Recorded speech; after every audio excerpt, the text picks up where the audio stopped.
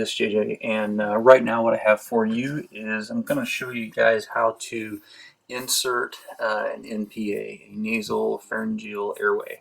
NPAs very typically come in a trauma kit or blowout kit, as they're called, and they are a really good field expedient way to get an airway into a patient who has a traumatic injury and is having a failing airway. There are a couple of things that you need to do before, or a couple of things you need to think about before you actually insert this. One, you need to make sure that there's no massive head trauma or anything like that. Two, you need to make sure that there's no fluid leaking from the ears, spinal fluid, or brain fluid, whatever. And then you also need to check the roof of their mouth and make sure that there's no structural damage to the roof of their mouth as well.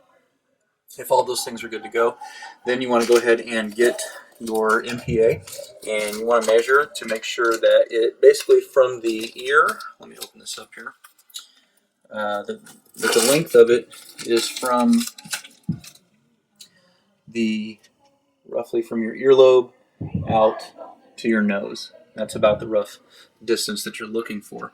As far as diameter goes, it's going to roughly be the size of your pinky, and if that matches their pinky, then they should be able to insert it into their nostril. The other thing is that if you don't have surgical lubrication, a water-based lubricant, then you can also use saliva. Now, as far as the way that you want to point this, you want to take the beveled end like this, and then you want to point this to your septum. Okay, the septum is the bridge and the divide in the middle of your nose, and you're going to point that in, and it's going to go in about just a little ways, and then it's going to start to curve down your throat like that. Now, it definitely can be uncomfortable. It's going to push on your tear ducts, so it may make them tear up, and it could kind of give you like a coughing sensation or kind of a weird nasal sensation, but it isn't supposed to be painful if you're doing it right. Hopefully you'll have kind of a natural curve to it, but you can use it and feed it in with 2 fingers if need be. So I'm going to get going with this, and just in case you're wondering, I've never done this before, so this will be the first time, and you guys will get to see it on camera. So let me go ahead and take and lube this up. Probably going to be more difficult than what I'm anticipating, but it's all in the name of science, right? Okay, here we go. All right. Now, if you're doing it to another person, they say that you should pick up the nose like this and kind of stick it in like that, and then just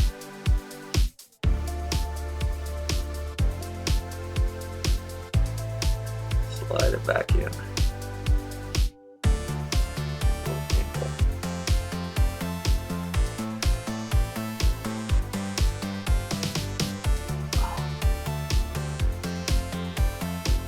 There you go.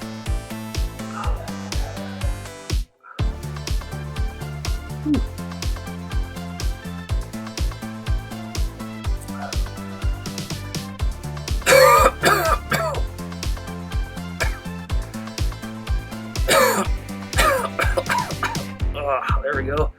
They say,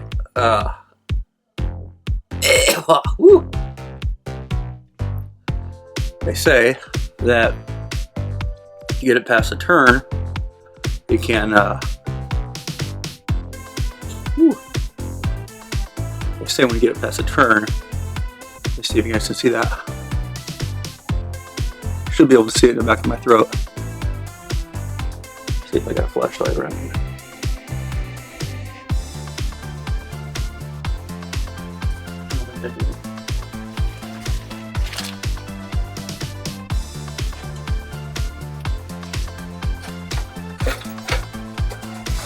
Here we go.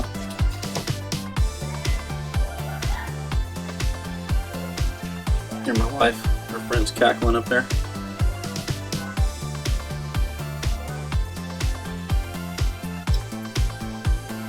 Oh, I want to take those dead batteries. Anyway, you can see how it goes.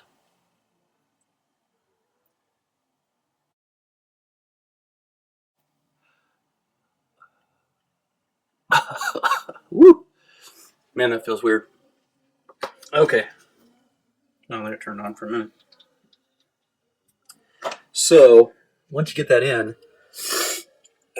whew, the problem that you experience and what it feels like, I can tell you just now that I know firsthand, crying on camera, is that your muscle reflexes, when you kind of tense on it, are going to try to push it out a little bit. And so the patient kind of has to swallow and kind of has to just let it lay there. If their neck starts to tense up, it's going to push it back out. So what you need to do, take the flange, take the top part of the flange here, and you want to tape that in place, just up over the top, just a little bit on the edges of the flange. It doesn't take much to hold it in, but you do need to have some tape on it for the patient if you're not doing it to yourself, which I don't think you're probably going to ever do it to yourself. But nevertheless, tape it up so that it'll stay in place.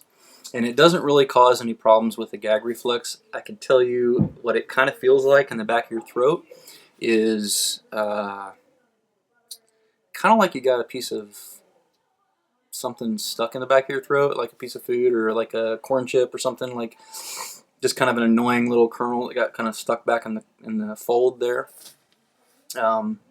It isn't really painful. The thing is when it starts to turn down, there's a point where you kind of just have to push through it, probably for an inch and a half or so there.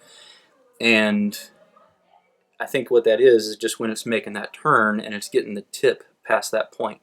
But once it gets past that, then it gets a lot easier.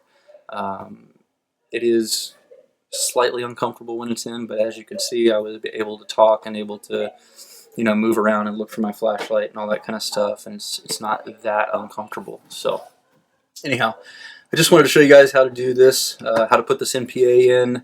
I did a bunch of research. I've had a bunch of first aid classes when I was a survival instructor. None of them ever showed this, though. I have never actually had a class to do this. YouTube actually taught me this. Funker Tactical has a video on it, or a couple actually. And then a bunch of Army guys, a bunch of Army medics and all that kind of stuff. I've got some YouTube videos up on there, and I just sat down and watched those and looked at how to do it and figured it out. And you guys saw me. That was the very first time that I ever tried it.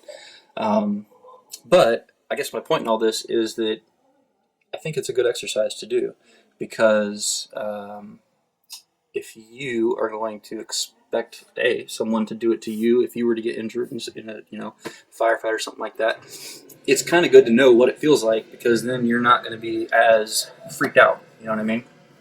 The second thing is if you're going to do it to someone else, then it's kind of good to be able to explain to them firsthand what it feels like. So I think it's just going to make you a little bit better medic, for lack of a better word. Anyway, guys, I've got several other videos planned on first aid and trauma kits and all that kind of stuff.